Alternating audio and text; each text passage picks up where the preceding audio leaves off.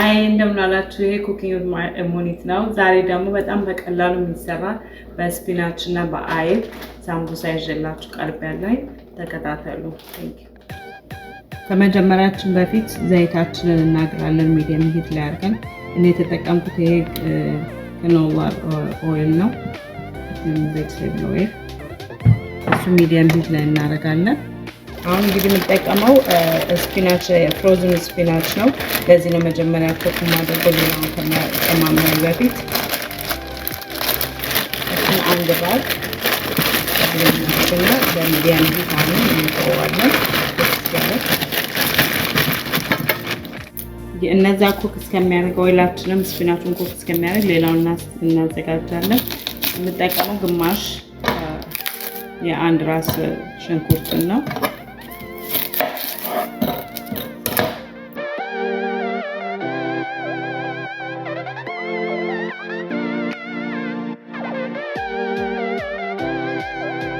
ወደ 4 የሚሆን ጋርሊክ እንደዚህ ጥቅቅ አድርገን እንከትፋለን።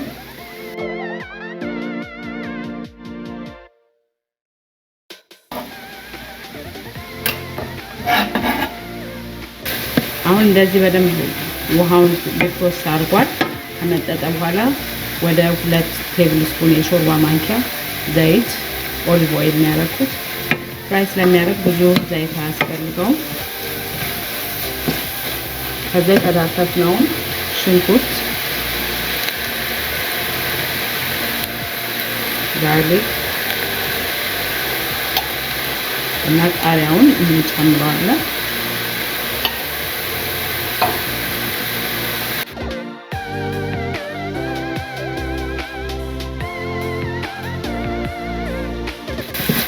አሁን እንደዚህ ትንሽ ሽንኩርቱን ቃሪያውን በደንብ ተደባልቆ በስሏል።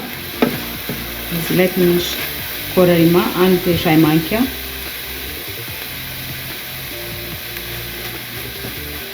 በደንብ የተፈጨና የደቀቀ ኮረሪማ ማለት ነው። እንደገና እዚሁ ላይ 1 ካፕ አይብ፣ 1 ካፕ አይብ እናደርጋለን። በጣም ኩክ ማድረግ የለብንም። ከዚህ በኋላ እንዲደባለቅ ብቻ ነው። አይቡ እንዲቀልጥ አንፈልግም። ያው መደባለቅ ብቻ ነው የምንፈልገው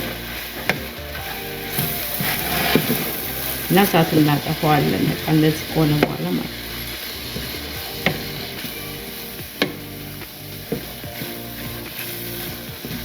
እና 1 የሻይ ማንኪያ ጨው መጀመሪያ መጨመር ትችላላችሁ። አሁን እንደምታዩት ይሄ ሁሉ ነገር በደንብ ተደባልቋል። ከለሩም ደስ ይላል፣ ሽታውን በጣም ደስ ይላል። አሁን እሱን በሳይድ እናደርግና የሳምቡሳውን ቂጣው እንዴት እንደማደርገው አሳያችኋለሁ። አሁን እዚህ ላይ 1/3 ካፕ ዱቄት እናደርጋለን። ከዛ እሱን በትንሽ ውሃ እንደባልቀዋለን። ይሄ ለሳምቡሳውን እንዲያጣብቅልን እንዲረዳን ነው። እዚህ እንደግሉ ነው ማለት ነው የሚሆነው። በጣም መቅጠን የለበትም፣ በጣም መወፈር የለበትም። እንደዚህ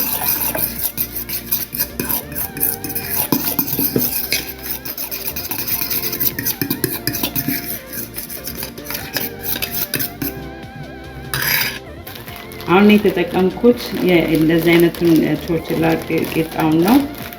ከዚህም ከፍ ያለው አለ፣ ከዚህም ትንሽ የሆነችው አለች። ግን ይሄ መካከለኛው ነው የተጠቀምኩት 8 ኢንች የሚለውን ለሁለት ስለሆነ የምንቆርጠው በቂ ሳይዝ እንዲኖረው ማለት ነው። እና እሱን እንደዚህ እናውጣና መካከል እኩል እንከፍለዋለን። እንደዚህ እኩል አውጥተን ማለት ነው እኩል እንከፍለዋለን።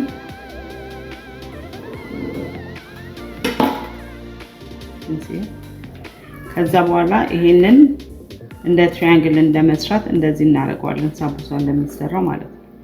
እና እንደዚህ ካደረግን በኋላ የቱ ጋር እንደሚያስፈልገን ሊጡን ካወቅን በኋላ ይሄንን ለግሉ ያደርግነው እንቀባዋለን።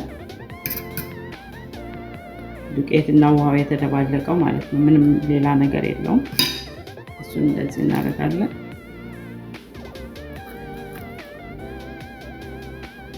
እና ይሄ እንደዚህ ትራያንግሉን ካደረግነው በኋላ አንድ ከግማሽ የሾርባ ማንኪያውን ብዙ መሙላት የለብንም እንዳይፈስ እንደዚህ እንሞላዋለን ከዛ ይሄን ወደ ታች እናረግና እዚህ ጋር እንደገና ግሎን እንቀባዋለን ሊጥል ማለት ነው እንደዚህ እንቀባዋለን በዚህ በደንብ እንትን ማለት መጣበቅ አለበት ያለበለዚያ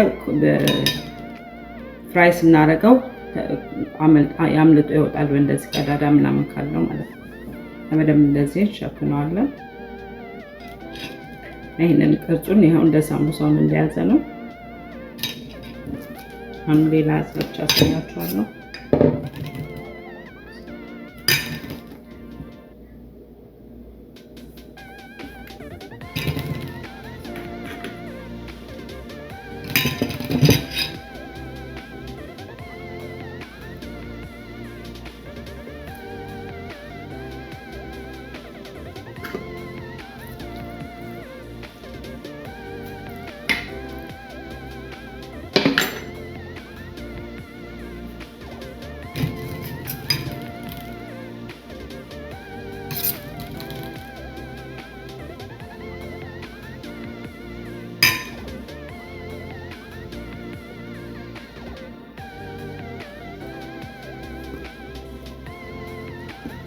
እዚህ ነው ማለት ነው የሚሆነው አሁን እሱን ፍራይ እናደርግና አሳያችኋለሁ እንዴት እንደሚሆን አሁን እንግዲህ ዘይታችን በደንብ ግሏል እሱ ላይ እናደርጋለን ኦሬዲ ቂጣው በሰለ ስለሆነ ብዙ ሰዓት ኩክ ማድረግ የለብንም አንድ ደቂቃ በአንድ ሳይድ እናደርግና ከዛ እንገለብጠዋለን ከአንድ ደቂቃ በኋላ ብራውን እንደምንፈልገው ከለር ካልሆነ እንደገና ሌላ አንድ ደቂቃ እንጨምርበታለን ሂታችን ሚዲየም ላይ ነው አድርገን ኩክ የምናደርገው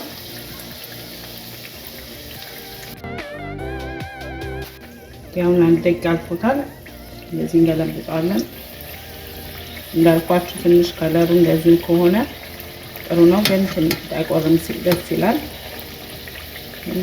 ትንሽ እንጠብቀዋለን ማለት ነው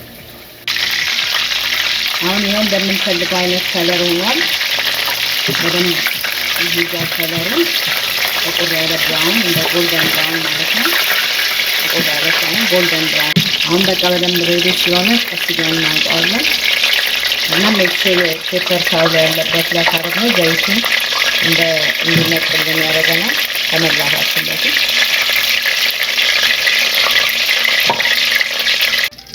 እንግዲህ ይሄንን ይመስላል የሰጠሁት አሁን የሰራነው ሬሲፒ ከአቡ ጋር አብረነው ወደ 14 15 እንደ ሳይዙ ይሰራልናል ግን አትሊስት ከ14 እስከ 16 መስራት እንችላለን እኔ 15 ነው የጣለኝ እና ውስጥ እንደምትጨምሩት ማለት ነው ይሄንን ይመስላል እንግዲህ ይሄንን ይመስላል የሰራነው እና ውስጡን ቆርጬ ያሳያችኋለሁ በደንብ ክሪስፒ ሆኗል በደንብ በስሏል እና ከለሩም ያምራል እሱን ደግሞ ውስጡን አሳያችኋለሁ እንደምታዩት ድምፁም በደንብ ክሪስፒነቱ ወጥቷል ከለሩም በደንብ ስፒናቹም አይቡም ኦኒየኑም በደንብ ታዩታላችሁ